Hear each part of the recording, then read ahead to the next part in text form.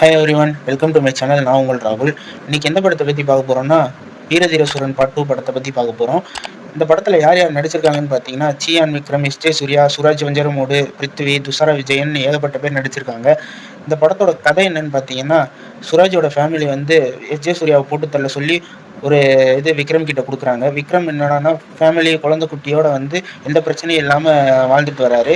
அவர்கிட்ட இது கொடுத்தவொடனே அவர் வந்து எஸ்.ஜே. சூர்யா போட்டு தள்ளினாரா, இல்லை எஸ்.ஜே. சூர்யா வந்து இவங்கள போட்டு தர சொல்கிறாரு சுராஜ் ஃபேமிலியை.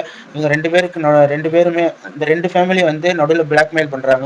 நீ மட்டும் நான் சொல்கிறத செய்யலைன்னா உன் ஃபேமிலியை வந்து கொலை பண்ணிடுவோம் அப்படின்னு. இப்போ வந்து விக்ரம் வந்து இவருக்காண்டி இதை பண்ணாரா, இல்லை அவருக்காண்டி அதை பண்ணாரா அப்படின்றத நோக்கி கதை போய்கிட்டு இருக்கும். இது வந்து நடுவில் இருந்து ஆரம்பிக்கிறதுனால எதுக்காக இதெல்லாம் பண்றாரு அப்படின்ற விஷயம் வந்து தெரியாமையே இருக்கும். அதுவும் இல்லாம நடுவில் திலீப் அப்படின்ற ஒரு கேரக்டர் ஃபிளாஷ்பேக்ல வரும். ஆனா அந்த கேரக்டர் யாருன்னே காமிச்சிருக்க மாட்டாங்க. பார்த்தா வந்து விக்ரமோட மயனுக்கும் திலீப்பும் தான் பேர் வச்சிருப்பாரு. அதனால வந்து பார்ட் 1 வந்தாதான் இந்த கதையெல்லாம் எதோட லிங்க் ஆகுது அப்படின்றது வந்து தெரிய வரும்.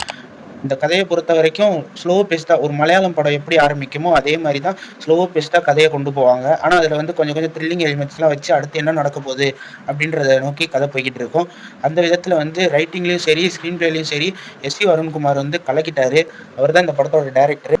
அது அவர் ஒரு சைடு கலக்கினாலும் இன்னொரு சைடு பார்த்தீங்கன்னா ஜி.வி. பிரகாஷ் மியூசிக்கில் தரம் பண்ணிட்டாரு. ஒவ்வொரு பிஜிஎம்மும் வந்து தரமா இருந்துச்சு. ஒரே பிஜிஎம் தான், அதை வந்து டிஃப்ரெண்டா வந்து ஒவ்வொரு சீனுக்கு ஏற்ற மாதிரி போட்டு தரம் பண்ணிட்டாரு ஜி.வி. பிரகாஷ்.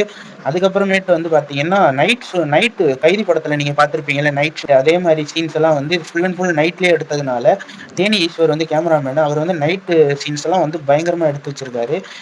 இது விக்ரமுக்கு கம்பேக் படமா அப்படின்னு கேட்டிங்கன்னா, கம்பேக்குன்னு சொல்ல முடியலனாலும் அவரோட ஆக்டிங் செம்மையா இருந்துச்சு. அதனால வந்து கம்பேக்கா இருக்கலாம் அப்படின்னு சொல்லலாம். இன்னொரு சைடு துஷாரா விஜயன், அவங்களோட கேரக்டரும் சூப்பரா இருந்துச்சு. இதுல எஸ்.ஜே. சூர்யாவோட ஆக்டிங் நல்லா இருந்துச்சு. வழக்கமா இப்ப ரீசெண்டா அந்த படத்துல ஒரே மாதிரி நடிக்கிற மாதிரி இருந்துச்சு. இந்த படத்துல வந்து கொஞ்சம் ஒரு 3 இன்ச்சு மாத்தி நடிச்சிருக்காரோ அப்படின்னு வந்து தோணுச்சு. அதனால எஸ்.ஜே. சூர்யாவோட ஆக்டிங் நல்லா இருந்துச்சு. அப்புறம் சுராஜ் வஞ்சரமோட கேரக்டர், அவர் ஒரு மலையாள ஆக்டர். இது ஃபுல் அண்ட் ஃபுல் மதுரையில நடக்கிற கதைன்றனால அவர் பேசுற மதுரை ஸ்லாங் வந்து சிங்க் ஆகாத மாதிரியே இருக்கு. மலையாளம் கலந்த தமிழ்ல அவர் பேசுறதுனால லைட்டா சிங்க் ஆகாத மாதிரியே இருந்துச்சு.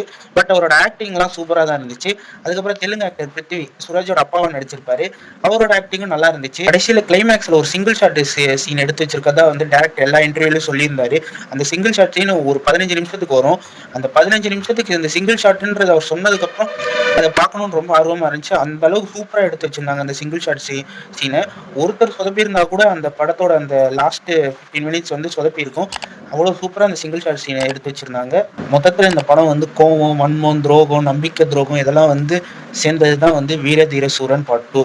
முடிஞ்சா இந்த படத்தை வந்து ஒரு தடவை தியேட்டர்ல போயிட்டு எக்ஸ்பீரியன்ஸ் பண்ணி பாருங்க. இந்த படம் வந்து தியேட்டர் மெட்டீரியல் கொஞ்சம் ஸ்லோவா இருக்கும். நெக்ஸ்ட் ரிவ்யூல பார்ப்போம். Stay peace, stay safe. மறக்காம சர்ப்ரைஸ் பண்ணுங்க. தேங்க்யூ.